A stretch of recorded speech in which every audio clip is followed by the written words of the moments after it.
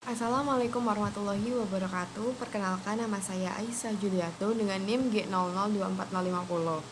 Nah, di sini pada pertama-tama ini saya akan menjelaskan tentang dinding abdomen. Nah, nanti saya akan menjelaskan tentang traktus digestivus superior dan juga yang inferior. Nah, yang pertama ini adalah dinding abdomen.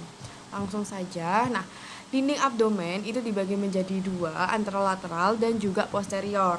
Nah, kalau yang anterolateral itu ada apa aja? Jadi, yang pertama di anterolateral ini ada kulit atau skin ini ya. Kemudian yang kedua ada lapisan fascia superficialis. Nah, fascia superficialis itu dibagi jadi dua, fascia camper dan juga ada fascia scarpa. Nah, bagian yang paling lebih besar itu adalah si fascia camper ini. Kemudian yang ketiga itu ada fascia profunda. Namanya aja profunda berarti dia lebih dalam. Nah, fascia profunda itu dibagi menjadi tiga ya. Ada bagian yang superficial, terus ada bagian yang intermediate dan bagian yang lebih dalam lagi. Kemudian yang keempat itu ada musculi et aponeurosis. Nah, di situ ada beberapa muskuli ya. Nanti aku bakal jelasin di slide berikutnya. Kemudian ada fascia transversalis. Fascia transversalis. Kemudian juga ada fascia extraperitonealis atau jaringan lemak. Berarti isi-isinya itu jaringan lemak. Ini fascia transversalis. Terus ada extraperitoneal. Kemudian ada peritoneum parietal. Ini peritoneum parietal. Oke, next aja. Nah, yang pertama aku bahas tentang fascia superficialis ya. Jadi tadi kan fascia superficialis dibagi jadi dua kan, yaitu fascia camper dan juga fascia scarpa. Camper yang lebih besar, scarpa yang lebih tipis. Nah, pada fascia yang camper sama scarpa ini di atas umbilikus dia itu berubah, kedua lapisan ini tuh kayak bersatu gitu. Nah, kalau misalkan ke arah superior atau ke regio pectoralis itu fascia superficial, dia namanya adalah fascia superficialis pectoralis. Nah, kalau misalkan ke arah dorsal atau ke regio dorsum itu namanya fascia superficialis dorsi gitu. Kemudian, nah fascia scarpa ini ya, ini kalau misalkan dia meluas ke superficial scrotum namanya itu sebagai fascia dartos. Fascia dartos. Terus kemudian kalau misalkan dari daerah skrotum itu, terus fascia dapat ditelusuri ke belakang berlanjut menjadi fascia coles. Fascia coles. Nah, yang bakal menyatu dengan lapisan peritoneum yang lebih dalam gitu. Terus fascia scarpa itu kalau di inferior berlanjut ke paha di bawah ligamentum inguinal yaitu bergabung dengan fascia lata. Gitu. Terus kemudian lanjut ke fascia profunda. Nah, di fascia profunda itu kan dibagi menjadi tiga kan, superficial, intermediate, dan juga yang lebih dalam lagi. Nah, fascia profunda itu merupakan sebuah lapisan tipis jaringan ikat yang menutupi muskulus dan terletak tepat di bagian fascia scarpa. Pokoknya dia tuh tepat di bawahnya si fascia scarpa. Kan ini fascia scarpa. Nah, ini dia di bawahnya sini gitu. Terus lanjut ke musculi et aponeurosisnya ya. Ini musculi et aponeurosis dan juga aku mau ngejelasin tentang sistem otot sekalian. Jadi musculi et aponeurosis itu ada apa aja? Jadi yang pertama itu kita bagi dulu menjadi ada yang flat muscle dan juga ada yang vertical muscle gitu. Nah, kalau misalkan di flat muscle itu apa aja? Jadi di flat muscle itu ada musculus obliquus externus. Nah, musculus obliquus externus itu yang mana? Yang ini. Ini musculus obliquus externus, kemudian ada musculus obliqui yang internus juga, ini internal abdominal obliqui. Nah, kemudian ada musculus transversus juga. Terus kemudian yang vertical muscle itu ada apa? Nah, yang vertical muscle itu ada musculus rectus abdominis ini nih. Nih. Musculus rectus abdominis, terus juga ada musculus pyramidalis. Musculus pyramidalis itu yang kecil di sini nih. Ini adalah musculus pyramidalis. Nah, pada rectus abdominis ini dia itu kayak dibagi kan, kayak ada pembaginya gitu, kayak ada kayak pembatas di tengah ini. Ini namanya adalah linea alba. Terus ini yang linea alba. Terus kemudian yang horizontal ini namanya adalah tendinosus intersection ya. Ini nih linea alba, terus tendinosus intersection gitu. Terus kemudian pada musculus external abdominis itu dia itu batas bawahnya itu adalah si ligamentum inguinalis. Ligamentum inguinalis itu yang ini ligamentum inguinalis. Nah, dia itu berjalan dari sia sampai tuberculum pubicum gitu. Selanjutnya, nah ini lebih jelasnya lagi ya. Jadi dinding abdomen anterolateral itu dilapisi beberapa muskulus kan. Nah ini nih yang pertama external oblique. Nah jadi kalau muskulus external oblique itu dia tuh infromedial. Apa itu infromedial? Jadi dia tuh kayak huruf V gitu loh arahnya itu. Kan berjalannya dari inferior ke medial gitu loh. Nah ini kayak bentuk huruf V kan itu nanti. Kalau misalkan dari depan tuh kan gini. Terus kemudian ada musculus internal oblique. Nah itu dia yaitu superomedial. Nah bentuknya itu seperti huruf A nih kayak gini. Nanti kan dia kayak gini kan. Nah bentuknya tuh gini. Terus kemudian ada musculus transversus abdominis. Terus juga ada rectus abdominis gitu. Ini tendinosus intersectionnya tadi. Oke lanjut, kita itu tadi udah aku jelasin tentang sistem otot yang abdomen gitu. Nah jadi pada muskuli et aponeurosis itu kan dibagi jadi dua ya, flat muscle sama vertical muscle, di mana yang vertical muscle itu dia punya pembungkus gitu. Pembungkusnya namanya adalah vagina musculi recti. Vagina musculi recti. Nah, vagina musculi recti dia itu punya isi. Nah, apa itu vagina musculi recti isinya? Jadi, isinya itu adalah musculus pyramidalis, terus kemudian ada musculus rectus abdominis, terus kemudian ada arteri vena epigastrica superior, arteri vena epigastrica inferior, dan juga ada ujung terminal nervus subcostalis dan juga intercosta 6 sampai 11 gitu. Oke, lanjut lagi. Jadi dinding abdomen anterolateral itu kan juga ada lapisan transversalis dan juga fascia extraperitonealis. Nah, kalau yang fascia transversalis yang ini, nih, ini dia itu nggak seterusnya kelihatan gitu loh fascia transversalis itu. Jadi fascia transversalis itu merupakan lapisan berkelanjutan fascia profundus yang memagari cavitas abdominalis dan berlanjut ke dalam cavitas pelvis. Nah, paling terlihat dia itu kalau pada sebelah dalam musculus transversus abdominis gitu. Terus kemudian ini lanjutnya fascia extraperitonealis. Nah, fascia extraperitonealis ini yang memisahkan antara fascia transversalis dan juga dengan peritoneum. Nah, fascia ini tuh kayak berisi jaringan lemak gitu loh nih. Fascia extraperitonealis. Dia kalau di depan namanya preperitoneal, terus kalau yang di bagian belakang atau posterior itu namanya retroperitoneal. Nah, dia itu terdapat viscera retroperitoneal dan juga viscera intraperitoneal gitu. Terus kemudian lanjut ke bagian yang terakhir itu adalah peritoneum parietal. Nah, peritoneum parietal itu peritoneum itu dibagi menjadi dua ya. Ada yang peritoneum parietal dan juga ada yang peritoneum visceral. Yang visceral gitu. Nah, juga dia itu ada cavum peritoneumnya. Nah, cavum peritoneumnya itu ada cavum peritoneum mayor yang besar, terus kemudian ada cavum peritoneum yang minor, dan juga ada foramen epiploica Winslowi gitu.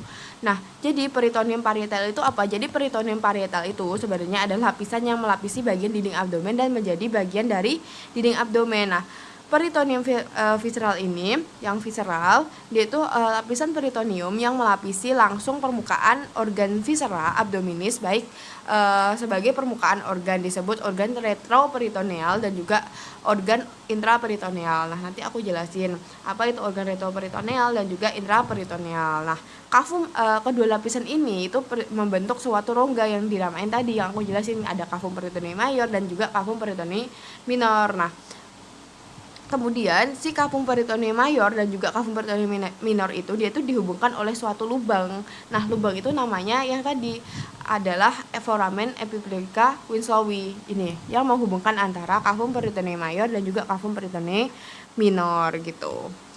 Sudah, itu tentang peritoneum parietal ini ya. Nanti ini aku jelasin di belakang juga peritoneum.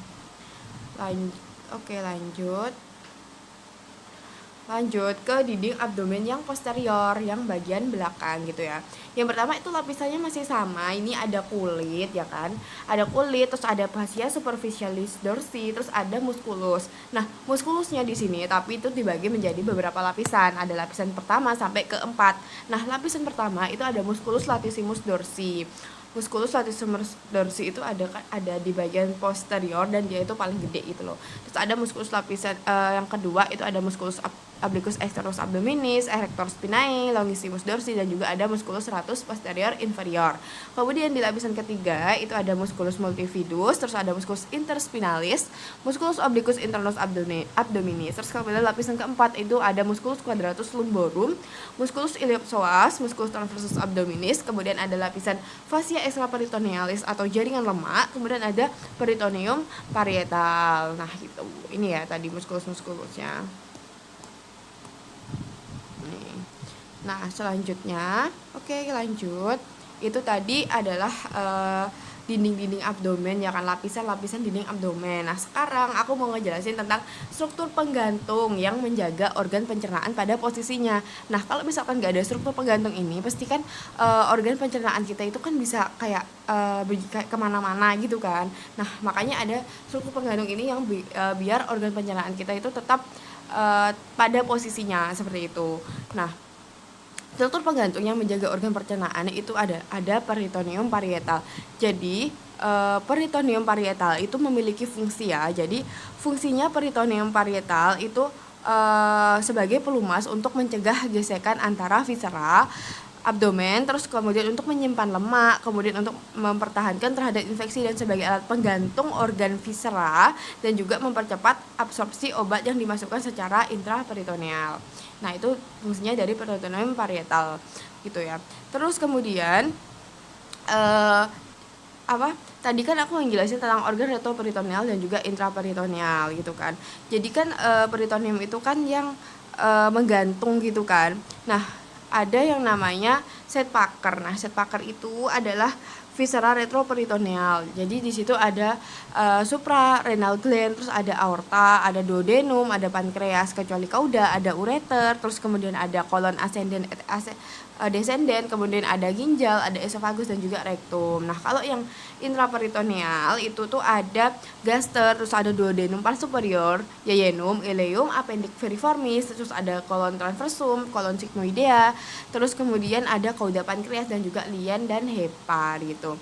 Terus kemudian peritoneum ini terus kemudian ada duplikator dari peritoneum ini. Nih, duplikatornya. Ada duplikator dari peritoneum. Nah, ini nih duplikatornya. Ada mesenterium, omentum, dan ligamentum gitu. Dia itu juga menjaga organ pencernaan pada posisinya. Nah, mesenterium itu adalah alat penggantung peritoni. Alat penggantung.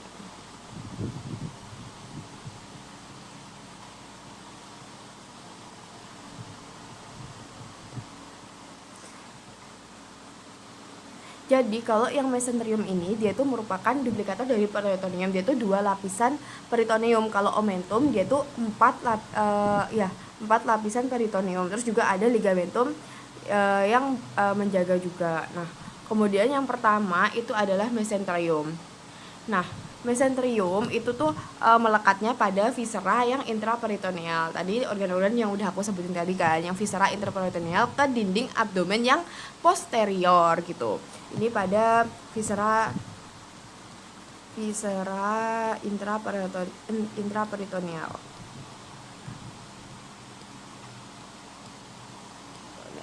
Gitu, terus dia nempelnya pada dinding abdomen yang posterior seperti itu. Terus contohnya itu apa mesenterium? Jadi contohnya dari mesenterium itu ada kolon, kemudian ada kalau kolon itu namanya berarti mesokolon. Terus kalau misalkan intestinum tenue itu namanya mesenterium. Terus kalau misalkan appendix itu namanya mesoappendix atau mesenteriolum. Nah, gitu. Terus kemudian lanjut ke bagian omentum. Jadi omentum itu ada dua ya, dia tuh kayak menggantung pada kurvatura mayor dan juga kurvatura minor pada si gaster gitu. Oh ya, tadi yang mesenterium itu ini ya contoh gambarnya ini. Seperti ini. Ini yang ini. Nah gitu. Terus kemudian yang omentum itu yang di sebelah sini. Nah omentum itu yang warna kuning-kuning seperti tirai ini, dia menggantung pada kurvatura mayor dan juga kurvatura minor gitu. Jadi omentum itu yang maius itu yang sebelah sini karena dia itu kan lebih besar kan. Nah omentum maius itu kayak apa ya, dia tuh kayak tirai seperti ini kan, dia tuh disusun oleh 4 ligamentum. Yang pertama adalah ligamentum gastroprenica, terus kemudian ada ligamentum gastrosplenica yang ini, terus kemudian yang di sebelah sini, terus kemudian ada ligamentum gastrocolica yang pokoknya yang ke arah bawah sini, terus ada ligamentum splenorenale, berarti antara spleen sama ren atau ginjal gitu ya. Terus kemudian ada omentum minus yang ini. Nah omentum minus itu disusun sama 2 ligamentum. Nah yang pertama ada ligamentum hepatoduodenal, berarti menghubungkan hepar sama si duodenum gitu ya. Terus kemudian ada ligamentum gastrohepatica. Nah ini yang menghubungkan gaster sama heparnya di sebelah sini. Nah terus omentum itu dia tuh membentang dari gaster dan juga proximal duodenum untuk melekatkan si viscera intraperitoneal juga gitu. Untuk melekatkan si viscera intraperitoneal.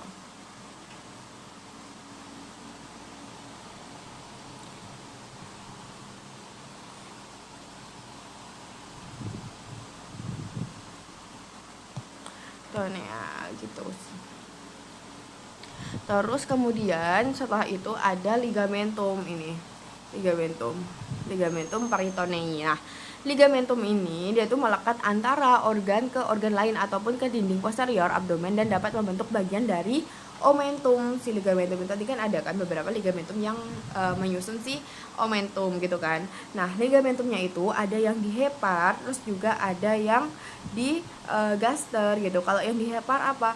Kalau yang di hepar itu ada ligamentum falciformi, terus kemudian ada ligamentum hepatoduodenal, terus kemudian ada ligamentum gastrohepatica. Nah, kalau yang di gaster itu ada ligamentum gastroprenica, ligamentum gastrocolica, dan juga ada ligamentum gastrosplenica gitu. Oke, lanjut ke bagian yang kedua, itu adalah tractus digestivus superior gitu ya. Nah, yang pertama itu ada kasus ya. Jadi Randy adalah seorang mahasiswa yang sangat gemar menghadiri acara makan bersama nih, terutama di restoran dengan konsep all you can eat. Nah, namun pada suatu kesempatan Randy itu merasa tidak nyaman nih karena cepat merasa kenyang padahal baru saja memulai makannya. Nah, hal ini membuatnya khawatir ada yang tidak normal dalam sistem pencernaannya. Sebagai teman yang baik, jelaskan ke Randy tentang tractus digestivus superior mulai dari mulut sampai ke lambung, terus serta gimana kompensasi sphincter dan juga gerakan pencernaan saat dia lagi makan rakus di all you can eat. Nah, yang pertama itu pada tractus digestivus superior itu kan ada mulut atau biasa disebut dengan cavitas oris atau rongga mulut gitu ya. Jadi cavitas oris itu dibagi oleh arcus dentalis gitu. Arcus dentalis itu yang ini nih, dibagi menjadi dua oleh arcus dentalis superior et inferior serta processus alveolus maxilla et mandibula. Nah, jadi pada cavitas oris itu ada vestibulum oris dan juga ada cavitas oris propria. Kalau vestibulum oris dia itu lebih depan ya, dia tuh di depan di sini, daerah sini. Terus kemudian cavitas oris itu adalah bagian dalamnya. Ini merupakan cavitas oris gitu. Terus lanjut, ketika membuka keluar, ketika kalau cavitas oris membuka keluar, yaitu kalau yang di bagian depannya itu ada rima oris, kalau membuka keluar itu rima oris. Terus kemudian kalau dia membuka ke oroparing, dia itu melalui si isthmus faucium, dia itu isthmus faucium atau isthmus oroparingealis. Nah, ini itu setinggi VC2 gitu ya. Terus kemudian ada juga vestibulum oris, batas-batas dari vestibulum oris dan juga cavitas oris propria. Tapi sebelumnya aku jelasin kalau di sini juga ada palatum durum. Nah, palatum durum itu yang ini, terus ada palatum mole, terus di sini ada diafragma oris gitu. Nah, selanjutnya itu batas-batas dari ini aku tulis dulu di sini, ada vestibulum oris dan juga ada cavitas oris propria.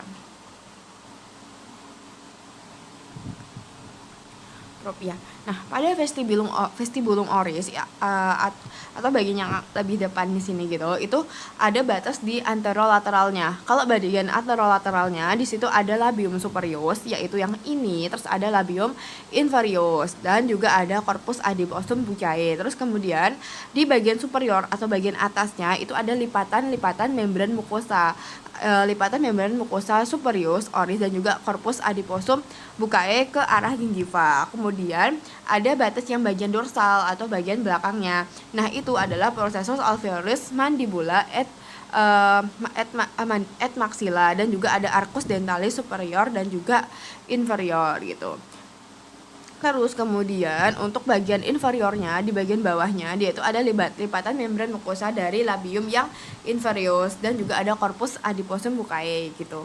Terus kemudian selanjutnya pada batas-batas pada cavitas oris propria. Nah, itu kan pada cavitas ini. Yang pertama itu anterolateralnya. Anterolateralnya itu ada processus alveolis maxilla et mandibula, dia itu ada di sekitar sini nih.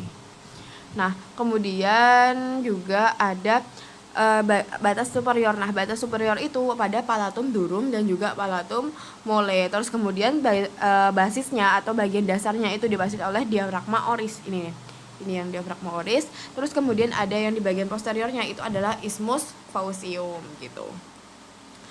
Oke, lanjut. Kalau misalkan palatum durum itu tuh 2/3 anterior dari palatum durum ini, dia itu ada processus palatinus ossis maxillaris gitu. Terus kemudian kalau 1/3 posterior dari palatum mole itu 1/3-nya itu ada 2/3-nya. 1/3-nya itu ada lamina horizontalis ossis palatini. Terus kalau misalkan palatum mole itu ada musculus ya, ada 5 musculus.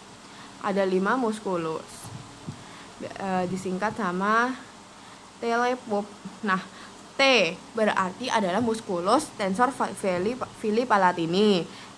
Terus kemudian L berarti musculus levator fili palatini. Terus ada musculus palatoglossus, musculus uvulae dan juga musculus palatopharyngeus gitu. Itu ya, ada 5 musculus. Selanjutnya itu untuk neurovaskularisasi pada palatum tadi, dia itu kalau misal melewati foramen palatina mayor, foramen palatina minor dan juga ada fossa incisivum. Kalau melewati foramen palatina mayor di situ ada arteri, vena, nervus palatina mayor. Kalau yang minor berarti ada arteri, vena, nervus palatina minor. Terus kemudian kalau fossa incisivum itu nggak mengikuti ya nama nervusnya. Jadi dia itu dimasuki sama arteri palatina mayor dan juga nervus nasopalatinus. Jadi nervus itu nggak selalu sama dengan nama lubangnya atau foramennya gitu. Terus kemudian next kita lanjut ke jadi cavitas oris ini ada bagian lingua atau lidah gitu ya. Jadi lingua ini kita bagi dulu di bagian, ada yang bagian pars presulcalis yang lingua ini, yang bagian depan ini adalah pars presulcalis berarti di depan kan. Terus kemudian ada pars postsulcalis yang lingua, post berarti dia di belakang. Di sini ada pars presulcalis lingua. Terus ini pars postsulcalis gitu. Ada gitu ya. Terus kemudian ada papila dia di situ tuh, ada papila fungiformis, papila filiformis, papila foliata gitu ya. Ini yang gede-gede. Ini ada papila falata atau circumfallata dulunya. Terus ada terminal sulcus, ada foramen cesum yang ini gitu. Terus kemudian di sulcus terminalis ya yang ini tadi. Nah, sulcus terminalis itu adalah batas antara korpus sama si radik gitu. Terus kemudian kalau yang di tengah sulcus terminalis itu kan ada foramen cesum ini. Ini ada foramen cesum dan juga sebenarnya foramen cesum ini merupakan obliterasi ya. Obliterasi dari apa? Jadi dia itu obliterasi dari ductus styroglossus.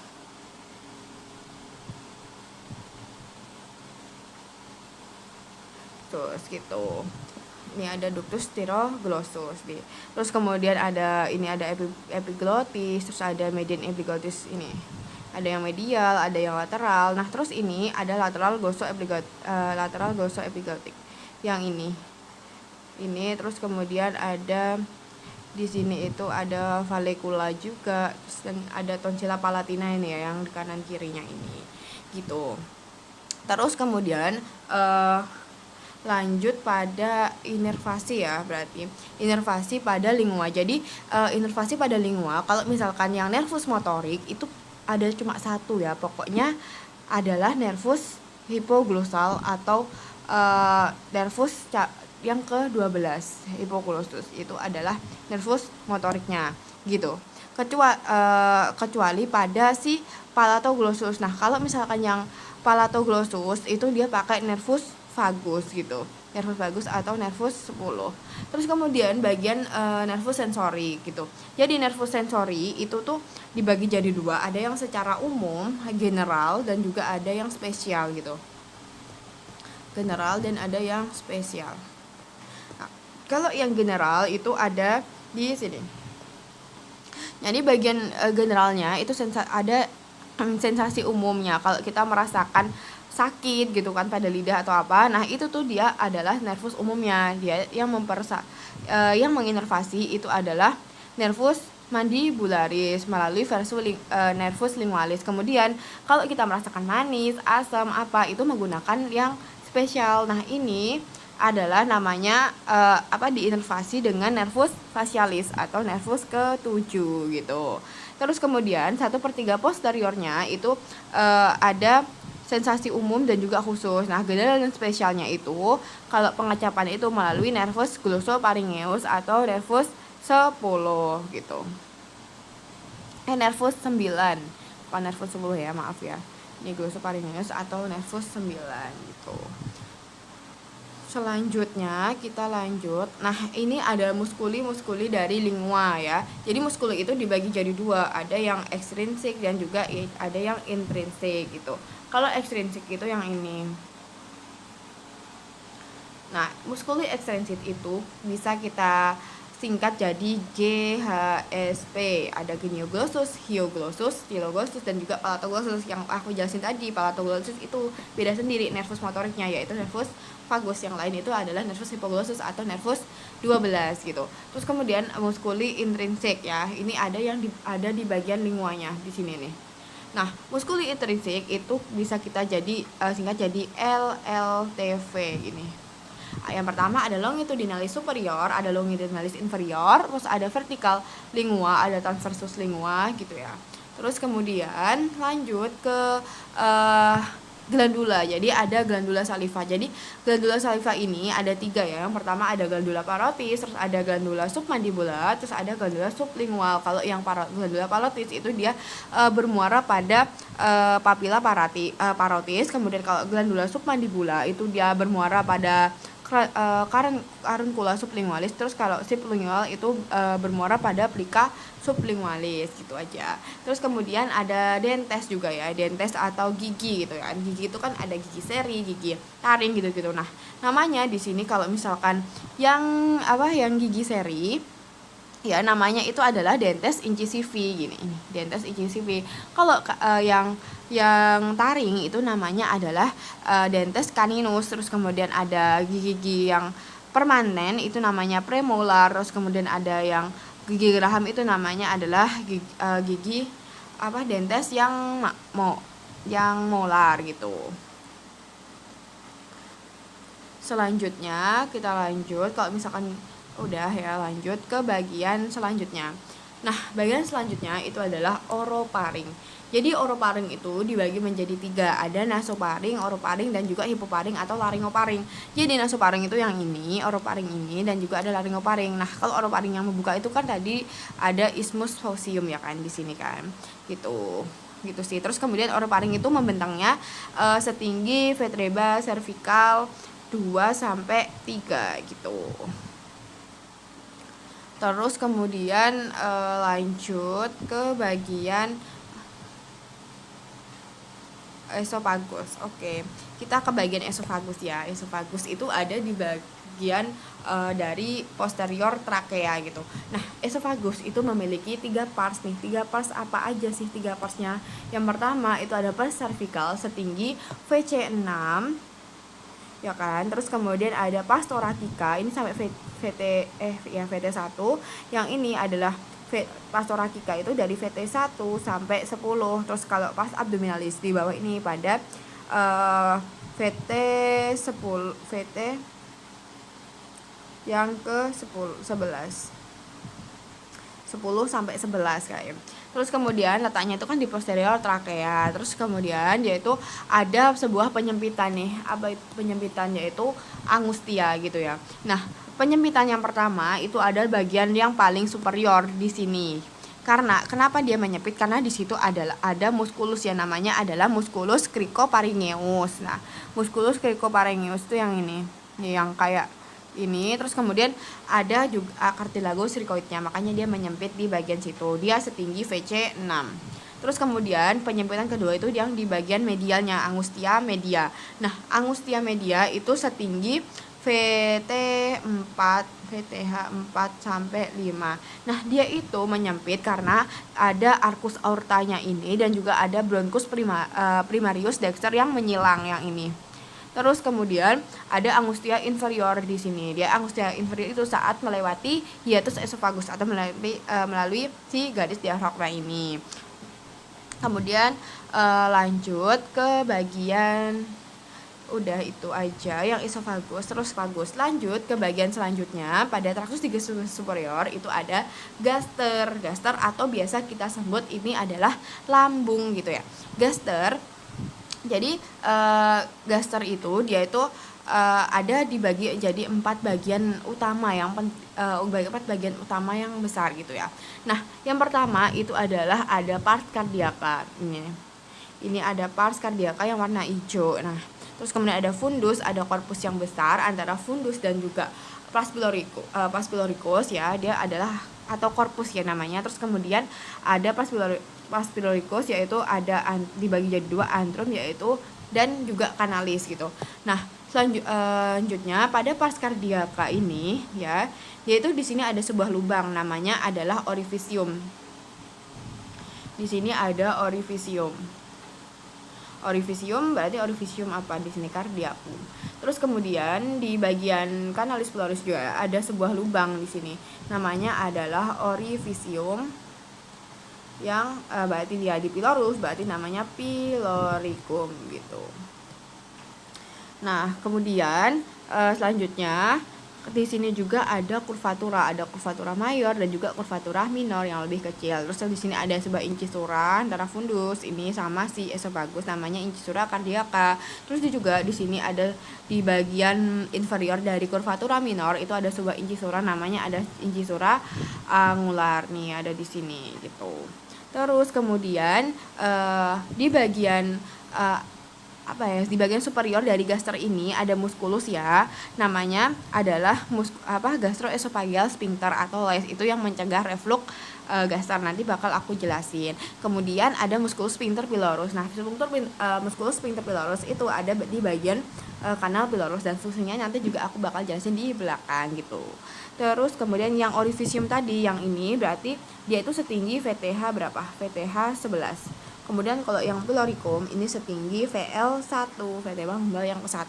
Terus pada korpus kalau misalkan kita buka, kita bakal ngelihat ada rugae atau plica gastrica ya.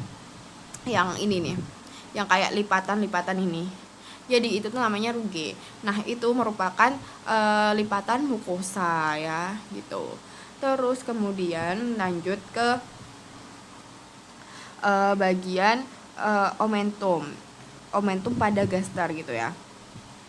Jadi gaster itu memiliki 2 omentum ya. Ada omentum yang maius dan juga omentum minus gitu ya. Nah, tadi udah aku jelasin juga kan di video yang sebelumnya. Ini yang omentum maius, terus kemudian ini yang omentum yang minus gitu.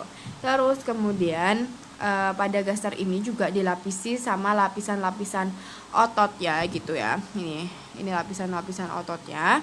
Jadi pada gaster itu ada tunika namanya tunika muscularis. Jadi kan si gaster ini kan disusun sama tunika serosa, terus kemudian tunika muscularis, terus ada tunika submukosa dan mukosanya. Terus kalau misalkan tunika muscularisnya, nih ya tadi yang aku yang muscularis, submukosa dan juga mukosa. Nah, pada yang muscularis itu dibagi menjadi 3 lapisan. Yang pertama itu ada yang obliku, terus ada yang sirkular dan juga ada yang longitudinal gitu. Terus tadi kalau ada dikasih sama disusun ligamentum juga kan si omentumnya ini. Tadi udah aku jelasin di depan, oke. Terus selanjutnya nih, kompensasi sphincter. Oke, jadi kompensasi sphincter. Jadi ada musculus sphincter kan. Yang pertama itu ada upper esophageal sphincter ya, atau ini yang di atas dari atau di bagian superior dari esophagus. Nah, ini.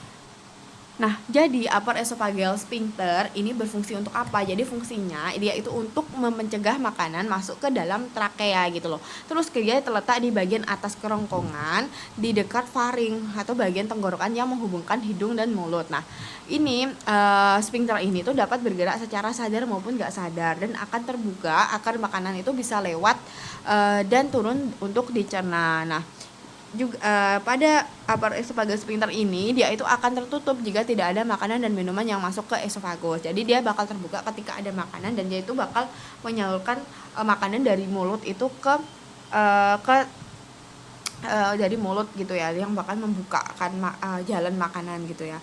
Terus kemudian lanjut ini nih adalah sphincter yang paling penting banget. Ini adalah sphincter gastroesophageal atau bisa kita sebut itu adalah left atau lower esophageal. Tadi kan yang upper gini, yang di atas, terus ini ada yang lower esophageal sphincter. Nah, jadi sphincter gastroesophageal atau lower esophageal sphincter ini adalah sphincter yang mencegah reflux dari gaster gitu loh.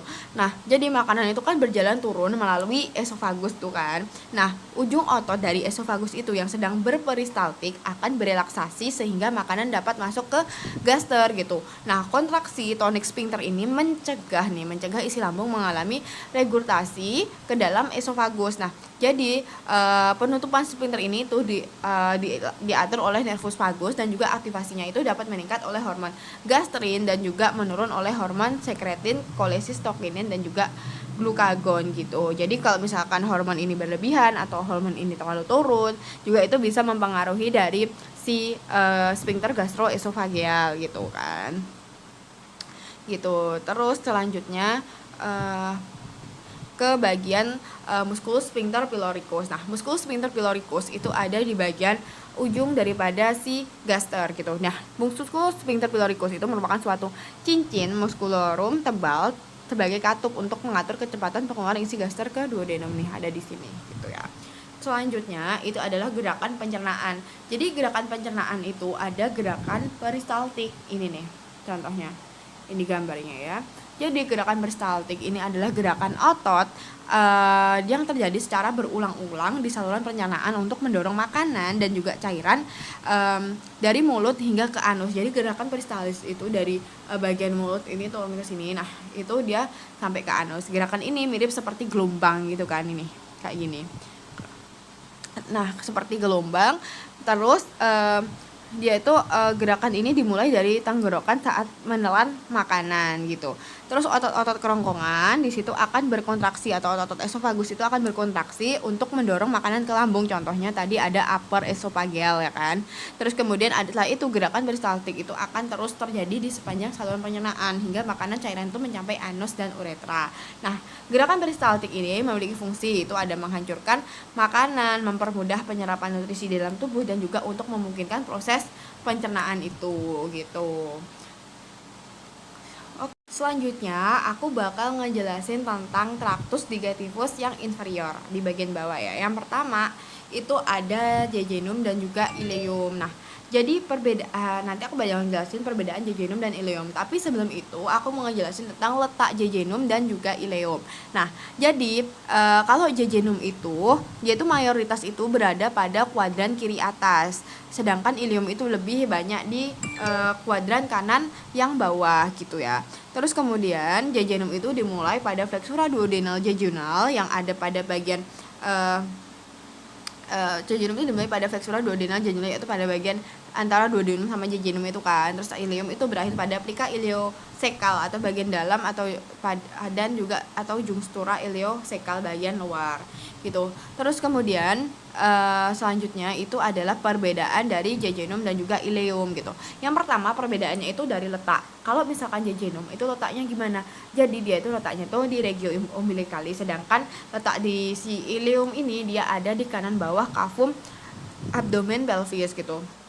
Untuk warnanya, kalau misalkan warna jejunum itu dia lebih merah gelap gitu, merah gelap. Terus kemudian kalau misalkan ileum dia itu lebih pink muda.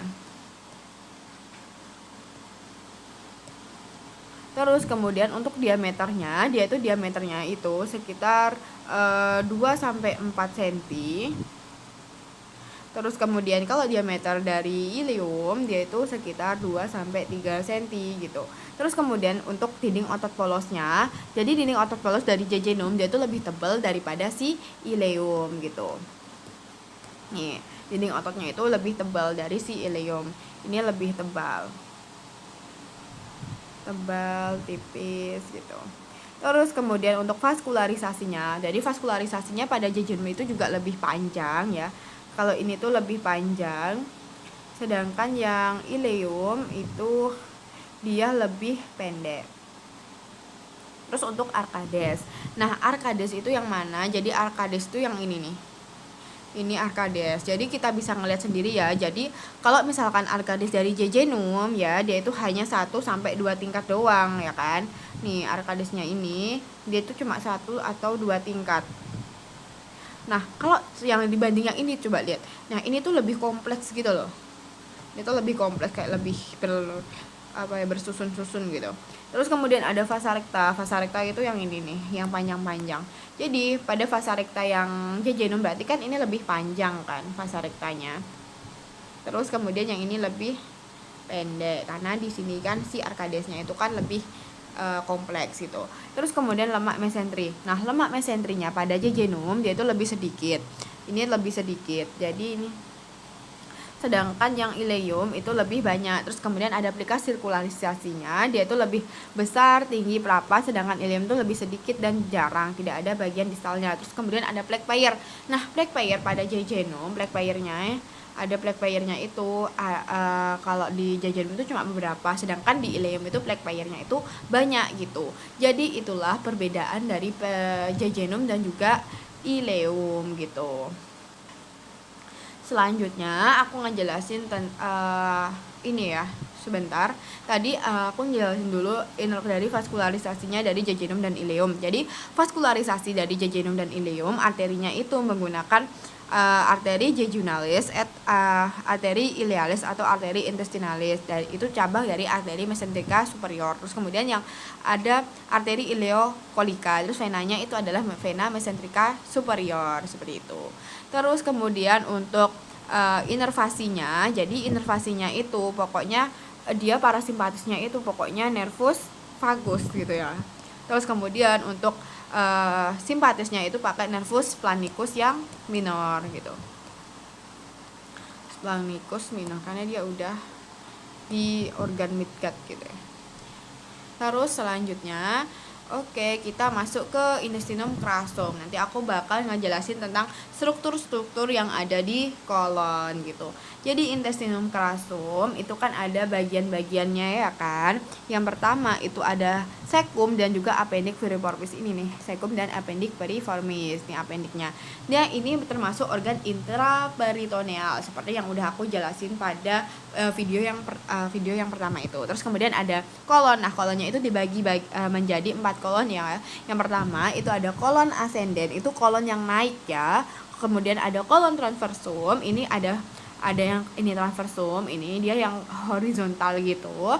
Terus kemudian ada kolon descendent. Kolon descendent itu kolon yang turun. Nah, itu termasuk organ retroperitoneal dan juga ada kolon sigmoideum ini. Dia yang ke sini, terus kemudian ada rectum. Di sini ada rectum dan juga di sini ada kanalis analis ya sebenarnya di sini.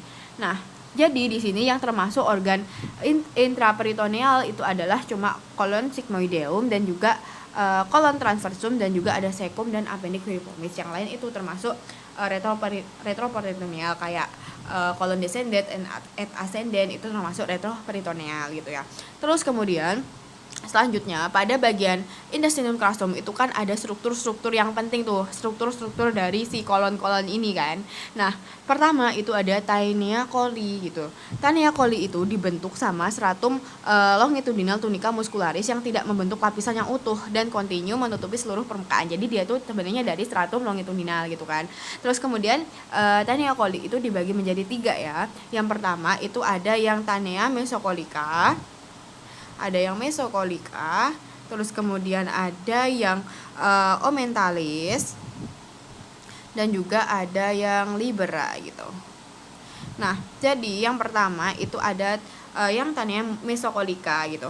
Jadi Taenia mesokolika itu ada di mana? Jadi mesokolika itu ini nih, yang di bagian sini. Jadi Taenia mesokolika itu merupakan tempat perlekatan mesokolon gitu. Nah, pada kolon transversum terdapat pada bagian dorsal, sedangkan di ascendent itu dia lebih medial. Kali ini di dorsalnya, kali ini di medialnya gitu. Terus kemudian ada Taenia omentalis. Nah, Taenia omentalis itu yang di sini. Nih, Taenia omentalis, dia itu merupakan tempat pelekatan apa di sini yang kayak tirai itu, yaitu omentum maius gitu. Terus kemudian untuk Taenia libera. Nah, Taenia libera itu ada di bagian kolon sigmoideum ya. Dia tuh ada di sini nih. Nah, dia itu nggak dilekati sama bangunan apapun gitu loh. Terus kemudian selain itu ada bagian yang penting lagi nih, struktur yang penting. Ada incisura, atau incisura itu kan sebuah cekungan, lekukan gitu kan. Dan juga haustra. Nah, incisura itu yang mana? Jadi incisura itu yang gini, yang dia melipat ke dalam. Jadi ini incisura gitu. Terus kemudian ada haustra. Haustra itu yang kayak menggembung gitu. Ini adalah haustra nih. 1, 2. Nah, ini namanya adalah haustra. Dia tuh kayak menggembung kan di antara lekukan-lekukan ini, sebuah incisura ini gitu. Terus kemudian ada plica semilunaris. Nah, plica semilunaris ini ditutupi oleh mukosa yang ikut melipat dan juga tidak terdapat fili di plica semilunaris gitu. Ini nih, plica semilunaris itu yang ini nih, pelipatan yang ke dalam. Kalau yang di luarnya itu namanya si incisura, kalau di dalam itu namanya plica semilunaris. Terus kemudian selanjutnya ada appendix epiploica. Jadi appendix epiploica yang ini nih, appendix epiploica. Nah, appendix epiploica itu merupakan sebuah kantung kecil yang berisi lemak kayak kantung-kantung gitu kan. Dibentuk oleh tunica seriosa kolon yang terbanyak pada kolon transversum ini. Dia tuh kayak banyak kayak menggantung-gantung gitu nih. Ini itu namanya appendix epiploica nih. Gitu ya. Terus kemudian ada sulci paracoliki dextra et sinistra gitu. Next, selanjutnya aku ngejelasin tentang anatomi organ yang berhubungan dengan pengeluaran feses. Nah, di situ ada organ rektum dan juga analis nih pada tractus digestivus yang inferior. Nah, yang pertama itu adalah rektum.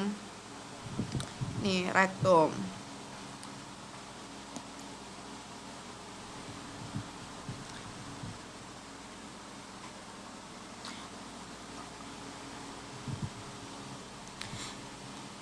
Nah, selain itu ada struktur penting itu, terus juga ada yang namanya sekum kan tadi, ini nih, sekum. Nah, sekum itu ada di bagian sini, jadi gitu. Nih sekum, terus di dalamnya itu ada sebuah lubang ya, namanya adalah ini nih, papilla ilealis nih. Papilla ilealis. Nah, itu dia. Terus kemudian si sekum ini terletak di perbatasan antara ileum dan juga intestinum crassum gitu.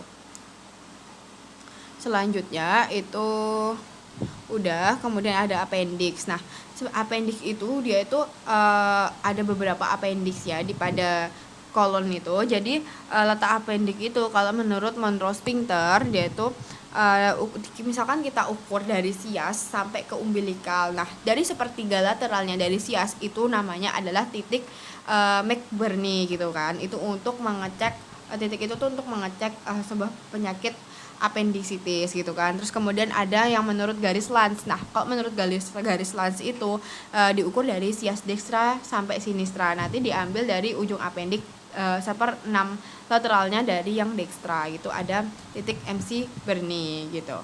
Itu yang untuk penjelasan appendix dan juga sekum. Terus kemudian Lanjut ya ke bagian kolonnya itu. Jadi pada intestinum crassum itu kan ada kolon ascendens, kolon descendens dan yang lainnya. Kalau misalkan yang kolon ascendens itu yang ini kan yang naik. Jadi kolon ascendens itu dia itu naik ke atas gini, set, terus gini, dia batas dari di sini ada si bagian lobus hepar kan, yang bagian dextra. Nah, di sini tuh di bagian inferior sini dia kan bakal belok ke sini kan. Nah, di sini ada flexura ya.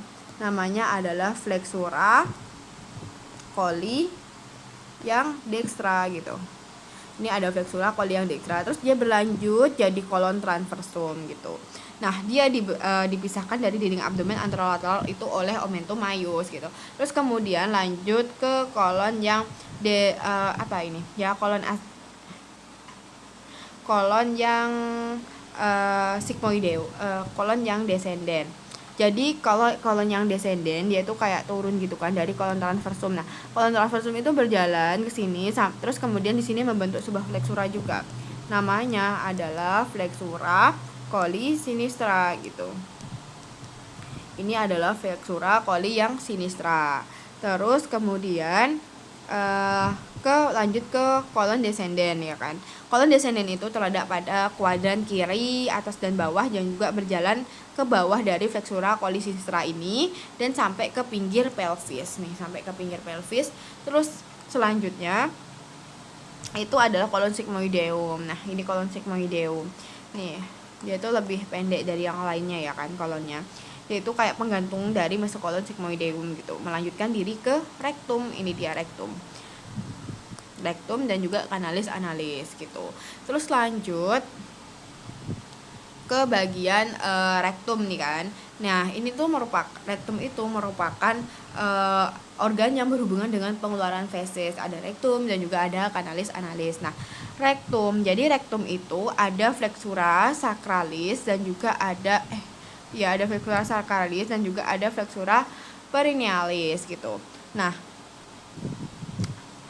terus kemudian si rektum ini di sisi dalamnya itu ada tunika mukosanya gitu. Terus kemudian terdapat lipatan transversal disebut plica transversalis recti. Ini rektumnya tuh yang ini.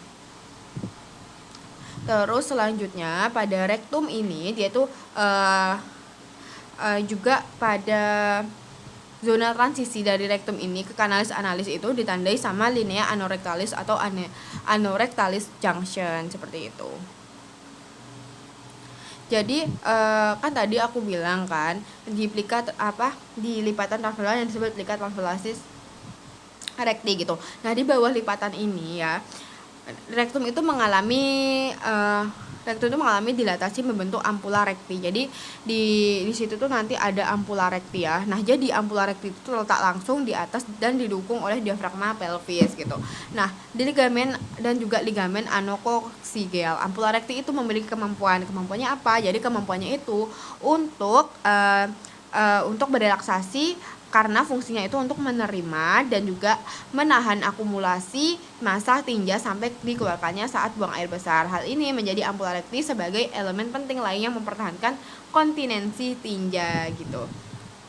Terus selanjutnya itu bagiannya ada kanalis analis, yaitu bagian terakhirnya itu adalah kanalis analis gitu. Nah, kanalis analis itu tuh dibagi jadi beberapa zona ya. Kemudian dia itu ada sebuah garis kan ini. Nah, ini adalah linea anorectalis. Linea anorectalis itu yang ini nih, yang garis ini. Terus kemudian ada kolumna analis. Nah, kolumna analis itu bagian yang ini nih. Ini adalah kolumna analis. Kemudian juga ada si sinus analis. Nah, sinus analis itu adalah bagian yang ini. Terus kemudian juga ada ini nih, linea pectinealis. Ini linea pectinealisnya. Sorry, yang ini. Ya benar, ini linea pectinealisnya. Terus kemudian tadi kan aku bilang ada valvula kan. Nah, valvula itu yang mana? Jadi valvula analis itu yang ini. Valvula analis, terus kemudian juga ada linea anocutanea. Nah, linea anocutanea yang ini, terus ada kanalis analis itu yang dari sini sampai sini, terus ada pecten analis itu yang ini, terus kemudian ada zona cutanea ani gitu. Terus selanjutnya selain itu juga pada analis ini juga ada otot-otot sphincter ya kan, yang bakal membantu pada proses pengeluaran feses ini kan. Nah, muskulus-muskulusnya itu yang pertama itu ada otot polos ya. Jadi yang pertama ada musculus sphincter ani internus gitu. Ada musculus sphincter ani internus yang ini. Nih, terus kemudian ada musculus sphincter ani externus yaitu yang ini. Terus kemudian ada musculus corrugator ani. Terus kemudian ada juga musculus puborectalis gitu. Oke, jadi itu aja penjelasanku tadi dari yang pertama dinding abdomen, digestivus yang superior, lacus digestivus yang inferior. Jadi itu saja dari aku. Mohon maaf apabila masih ada kesalahan. Semoga bermanfaat. Makasih.